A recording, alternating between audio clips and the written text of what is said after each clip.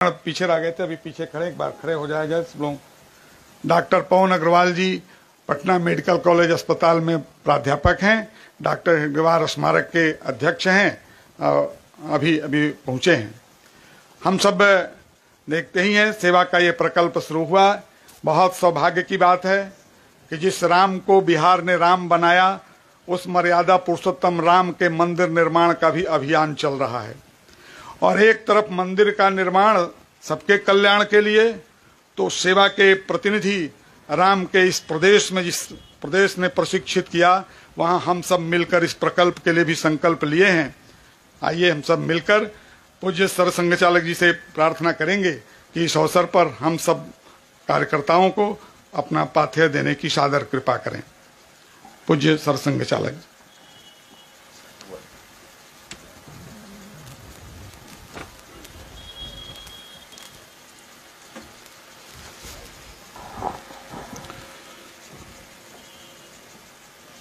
परम श्रद्धेय जीयर स्वामी जी महाराज तथा अन्य सभी पूज्य संत चरण, उपस्थित नागरिक सज्जन, माता भगिनी,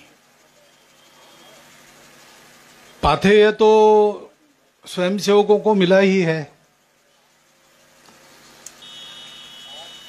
मानवता को, पूरी मानवता को अपना कुटुंब मानने वाला जो अपना समाज है, उस समाज को अपनेपन से देखना, अपनेपन से उसके साथ रहना, सेवा उसी के कारण होती है। सेवा अगर किसी लाभ के कारण, लाभ की आशा से हुई, तो सेवा नहीं रहती। फिर जब तक लाभ मिलता है तब तक सेवा चलती है, बाद में सेवा का प्रयोजन समाप्त होने से सेवा बंद हो जाती है। सेवा अहंकार के कारण, दिखाने के लिए या किसी से स्पर्धा करने के लिए भी नहीं होती, वो अहंकार जन्य है। मैं भी कर सकता हूं, मैं सबसे अच्छा हूं, ये दिखाने वाली सेवा असली सेवा है नहीं। अगर स्पर्धा करने वाला कोई नहीं तो वो सेवा बंद हो जाती है। और अहंकार दिखाने के अनेक रास्ते, केवल सेवा नहीं है। अपनेपन की, आत्मीयता की शुद्ध प्रेरणा से जो होती है, जो अपना है, वो दुख में न रहे। ये जो संवेदना है वो सेवा की प्रेरणा होती है। राजा रंतिदेव ने कहा, न त्वहम कामये राज्यम न स्वर्गम न अपुनर्भवम। मुझे स्वर्ग नहीं चाहिए, मोक्ष नहीं चाहिए, राज्य नहीं चाहिए। कामये दुख तप्तानाम प्राणिनाम आर्तिनाशनम। दुख से तप्त प्राणियों के, दुख से त्रस्त प्राणियों के उस दुख के कारण बने आरती को दूर करना, यही मुझे चाहिए।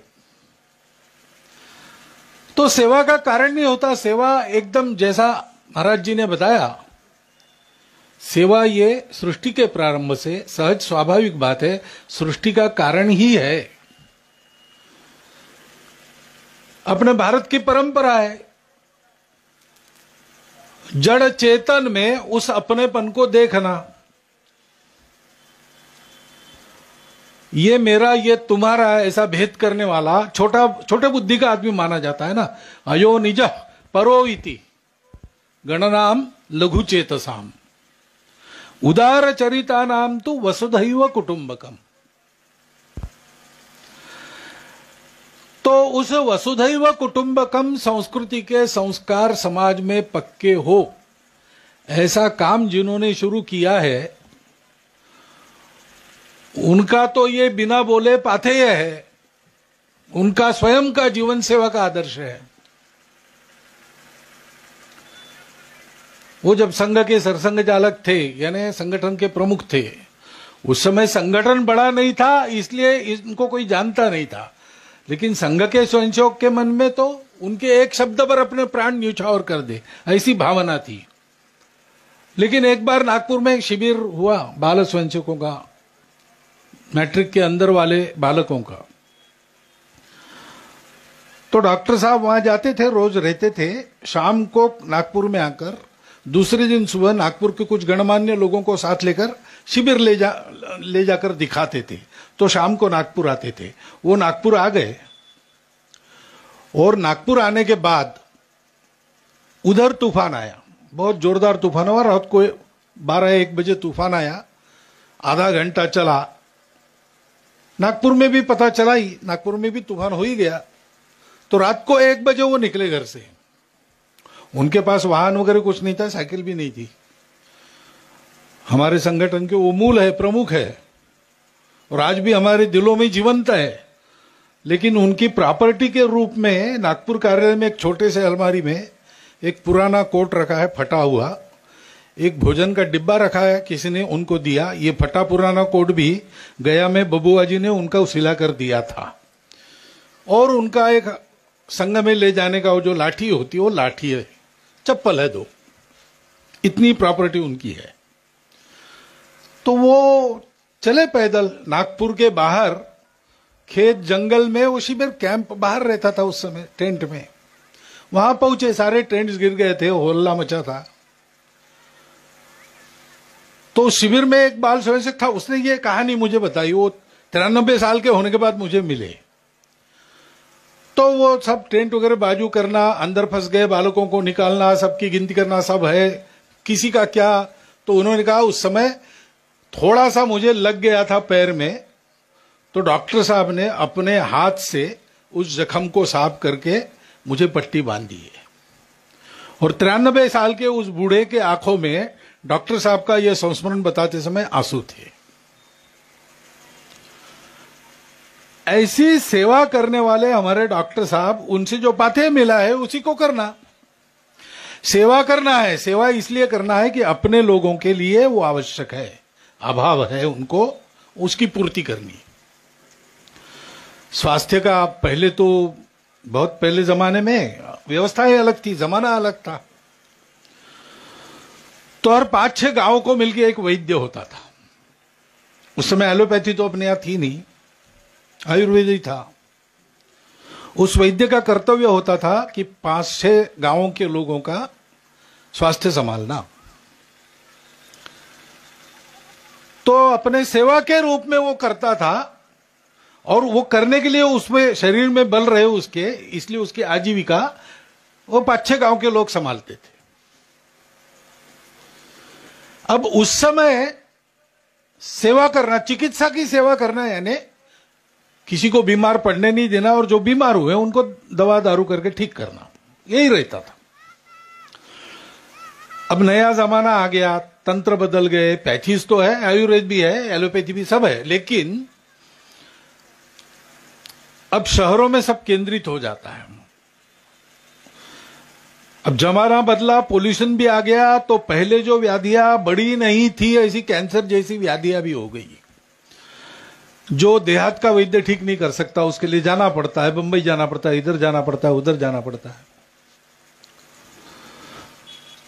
तो चिकित्सा में सेवा करना, इसका मतलब ट्रीटमेंट करना एक बात है, लेकिन ऐसे आएंगे तो यहां उनको रहना है, रहने की सुविधा चाहिए, वहां उनको कई प्रकार के साधन चाहिए। बड़े बड़े हॉस्पिटल में रुग्ण आते हैं, वहां अभाव रहता है कभी कभी साधनों का। थर्मामीटर भी उनको चाहिए, मिलता नहीं। कई प्रकार के साधन, यूरिन पॉट चाहिए, बाकी बेड पैन चाहिए, ये चाहिए, वो चाहिए, मिलता नहीं। उनको अगर 2-4 दिन रहना है तो वह एडमिट नहीं हो सकते, और रोज आना जाना करना है, रहने की जगह नहीं। साथ में पहुंचाने वाला आता है तो उसके खाने पीने की कोई व्यवस्था नहीं। ऐसी स्थितियां सर्वत्र मिलती है, पहले नहीं मिलती थी, क्योंकि जीवन का तरीका अलग था। वो गया, वो तरीका गया, आज का तरीका ये है, उसमें ये अपने समाज की आवश्यकता है। ये आवश्यकता है तो उसकी पूर्ति होनी चाहिए।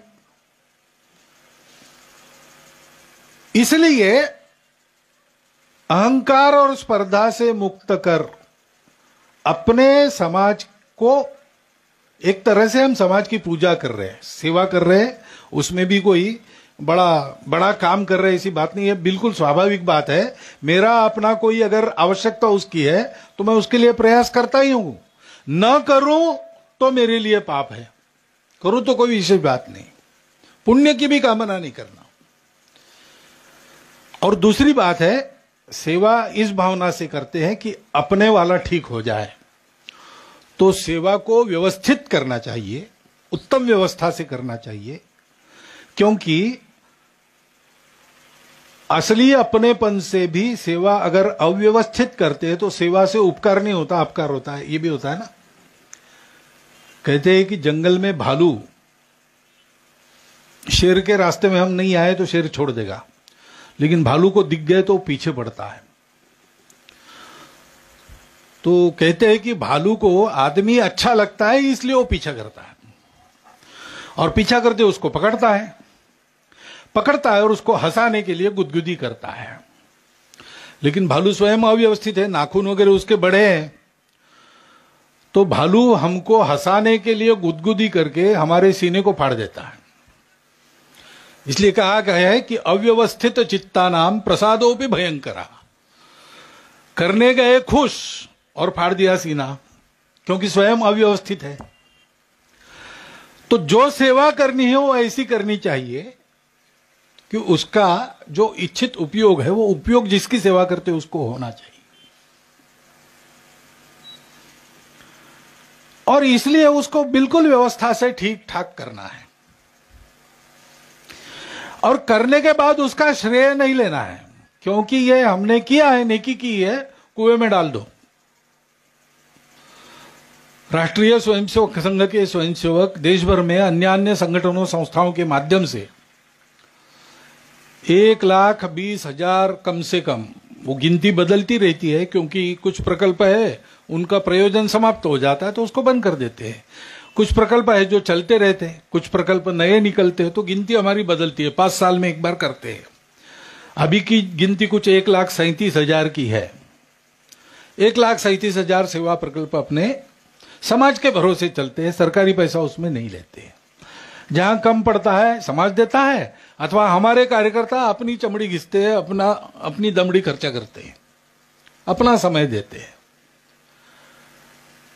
तो ये सारा क्यों चल रहा है? इसमें कोई डिजाइन नहीं है, ये बिल्कुल स्वाभाविक बात है। संघ पहले छोटा था, उसके स्वयंसेवक हर जगह नहीं थे, और जो स्वयंसेवक थे जिस जगह उनकी भी संख्या कम रहती थी, इसलिए वो कुछ काम करने में समर्थ नहीं थे। अब संघ बड़ा हो गया है, गांव गांव पहुंच रहा है, स्वयंसेवक भी भरपूर है, जाते हैं गांव गांव तो उनको दिखता है समाज में कहां क्या अभाव है, तो वो स्वाभाविक रूप से काम करते हैं। एक अपने देश के बहुत बड़े धनी आदमी मिलने के लिए आए। अब अचानक ही उनका फोन आ गया, मैं आ रहा हूं, आप है क्या? मैंने बोला आइए। आए और उन्होंने कहा, भागवत जी मैं आपके पास इसलिए आया हूं कि अब हमने इतना कमा लिया कि हमारी 7 पीढ़ी आगे बिना कुछ किए भी सुख में रह सकती है। तो हमने ऐसा सोचा है कि इतना सारा पास में है तो समाज को कुछ देना चाहिए, इसलिए हम सेवा करना चाहते हैं, और हम मानते हैं कि संघ का सेवा का मॉडल बहुत अच्छा है, तो आप उसको जरा हमको समझाइए, तो हम वैसा हमारा मॉडल भी खड़ा करेंगे। तो मैंने कहा आप मॉडल जरूर खड़ा कीजिए, आपका विचार बहुत पवित्र है और आप जो करेंगे उसमें हमारी पूरी सहायता आपको होगी, लेकिन एक बात मत कीजिए, हमारे मॉडल को आप मत लीजिए। उनका क्यों? तो मैंने कहा हमारा ऐसा है, स्वयंसेवक हमारा स्वयं फटेहाल रहता है, वो सामान्य लोगों जैसा ही है, उसके पास भी अभाव रहते हैं घर में, लेकिन समाज का दुख दिखता है तो वो अपने घर परिवार की सारी कठिनाई भूलता है, वो कूद पड़ता है। ये भी सोचता नहीं कि जो करने जा रहा हूं उसके लिए पैसा है कि नहीं, जेब में साधन है कि नहीं, कोई पीठ पर हाथ रखने, कुछ नहीं। वो दुख दिखा कि उसको बुझाने के लिए दौड़ पड़ता है। ये देख के फिर समाज सहायक हो जाता है। हमारा फंडिंग का वगैरह कुछ नहीं रहता प्रोजेक्ट, वो सब पीछे से खड़ा हो जाता है। सेवा में प्रामाणिकता है तो हमारा समाज तो ऐसा है, वो किसी के हाथ खाली नहीं रखता अगर उसको प्रामाणिकता से कोई काम करना है। ये हमारे समाज का स्वभाव है। एक बार ऐसी बहुत बड़े धनी व्यक्ति को मिलने के लिए गया, वो मुसलमान थे, तो मैं आऊंगा, हाँ तो कह दिया उन्होंने, उनके कान खड़े हो गए कि क्यों आ रहा है। फिर उनको लगा कि पैसा है मेरे पास तो ये सेवा वगैरह करते हैं, फंडिंग वगैरह के लिए बोलेंगे।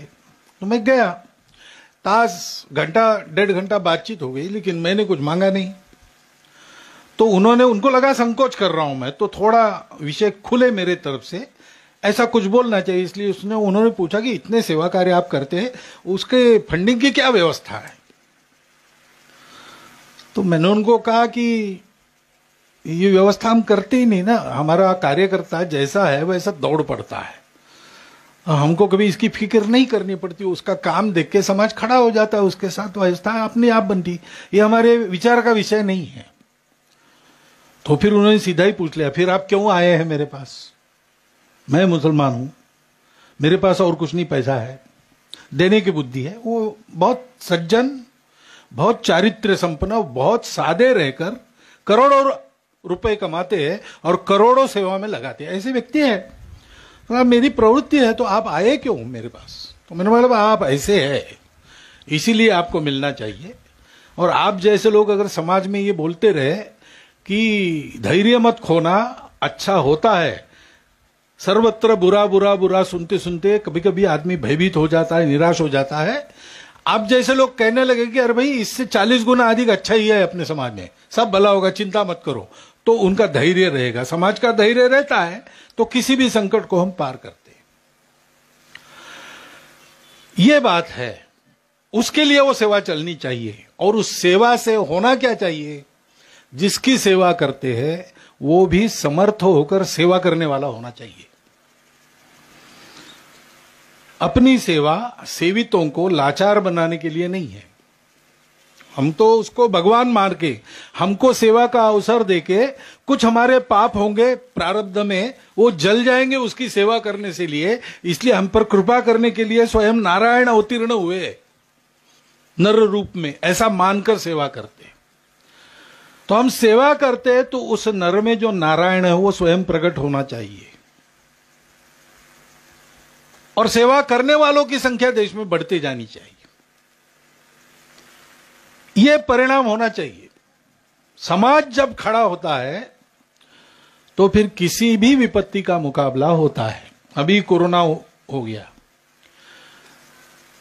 बड़े कहलाने वाले, श्रीमंत कहलाने वाले, सामर्थ्य संपन्न कहलाने वाले देशों में कोरोना के स्थिति में कहीं लॉकडाउन था, कहीं नहीं था, तो भी लूटमार हुई।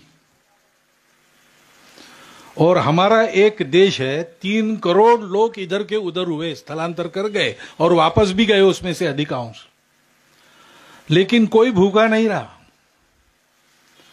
कोई भूख बली नहीं हुई।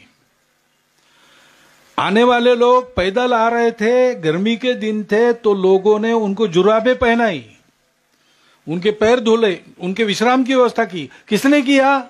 सरकार को जो करना था सरकार ने किया ही, वो भी अच्छा किया। परंतु समाज उत्स्फूर्त, किसी को कहना नहीं पड़ा। कितने ही लोग स्वयं पूर्ण, डरे नहीं। डॉक्टर लोगों ने कहा इस समय सेवा करना हमारा कर्तव्य है, हमको कोरोना होगा, हम मरेंगे, तो उसकी चिंता हमको नहीं है।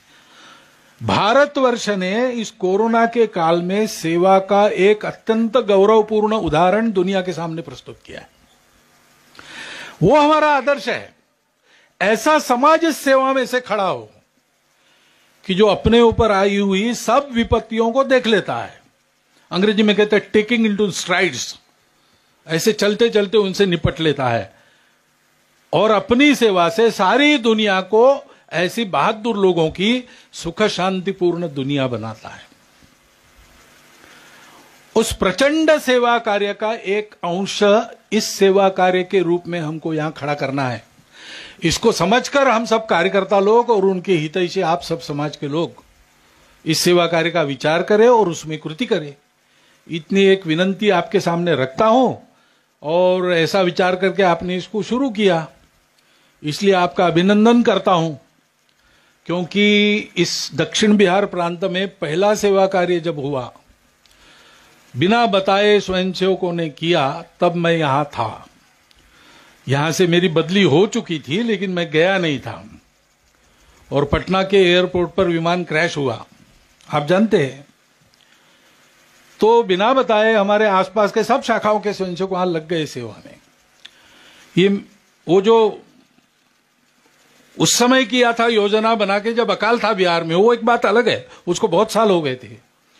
इस सेवा कार्य में उस समय की जो जवान पीढ़ी थी वो सारी की सारी दौड़ पीढ़ी स्वयंसेवकों की। मैंने उनको कहा भी जाते समय एक बहुत अच्छा समाचार और पुरस्कार देके आप मुझे भेज रहे हो, इसलिए धन्यवाद, ऐसा मैंने कहा था। और इसलिए मुझे तो स्वाभाविक आनंद होता है कि बढ़ते कदम अब ऐसे आवश्यक है, और जरा बड़े प्रमाण में जो प्रकल्प करने पड़ते उसके तरफ भी बढ़े हैं। ये बहुत अच्छी बात है। अपना संकल्प दृढ़ रखिए, ऐसे ही अपने कदमों को आगे बढ़ाइए, मिलकर व्यवस्थित अहंकार शून्य होकर समाज को समर्थ बनाने के लिए सेवा कीजिए। समाज तो आपके साथ है ही, हम सब संघ वाले हैं, संघ के स्वयंसेवक है, हमारे साथ होने का प्रश्न ही नहीं उठता है ही। बस इस उम्मीद को कायम रखना, इस संकल्प को कायम रखना और अपने प्रयासों की निरंतरता को कायम रखना, तो हमारा उद्देश्य मंगल है, सत्य संकल्प है, उसका दाता भगवान है। वो आप और हम सब पर कृपा करें, इस प्रार्थना के साथ मैं अपने 4 शब्द समाप्त करता हूं।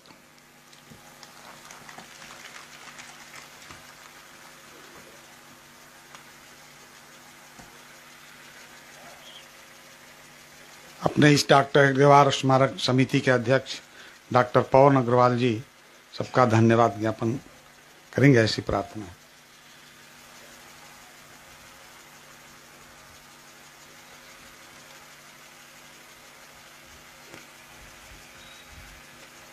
सभी आत्मीय बंधुओं, अब सर्वप्रथम मैं पूज्य जीआर स्वामी जी महाराज का हृदय से आभार प्रकट करता हूं कि अपने व्यस्त कार्यक्रम में से भी यहां पर उपस्थित होकर हम लोगों का मान बढ़ाया है और हम लोगों का मार्गदर्शन किया है। परम पूजनीय सरसंघ चालक जी का भी मैं हृदय से धन्यवाद करता हूं कि आपने अपने व्यस्त कार्यक्रम से समय निकालकर यहाँ पर उपस्थित हुए और यहाँ भूमि पूजन का कार्य संपन्न कराया है। मंच के समक्ष बैठे सभी बिहार सरकार के मंत्रीगण एवं अन्य सभी माननीय प्रतिनिधिगण तथा केंद्र सरकार के उपस्थित माननीय मंत्रीगण एवं सांसदगण, राष्ट्रीय स्वयंसेवक संघ के अधिकारी वृंद एवं कार्यकर्तागण,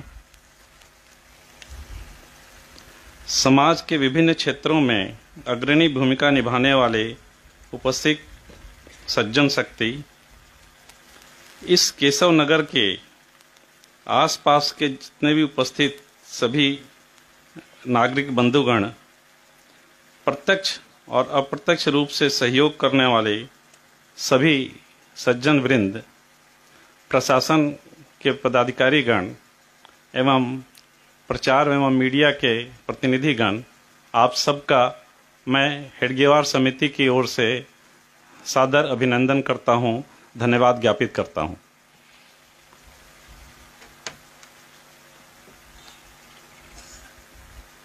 कार्यक्रम समाप्ति की घोषणा के बाद सभी बंधु यथा स्थान रहेंगे।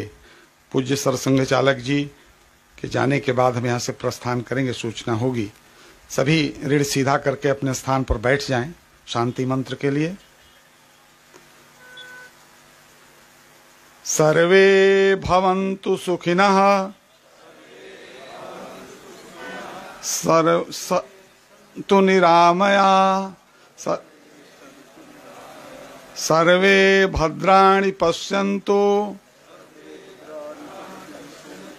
मा कश्चित् दुःख भाग् भवेत्। ओम शांति शांति शांति। कार्यक्रम समाप्त।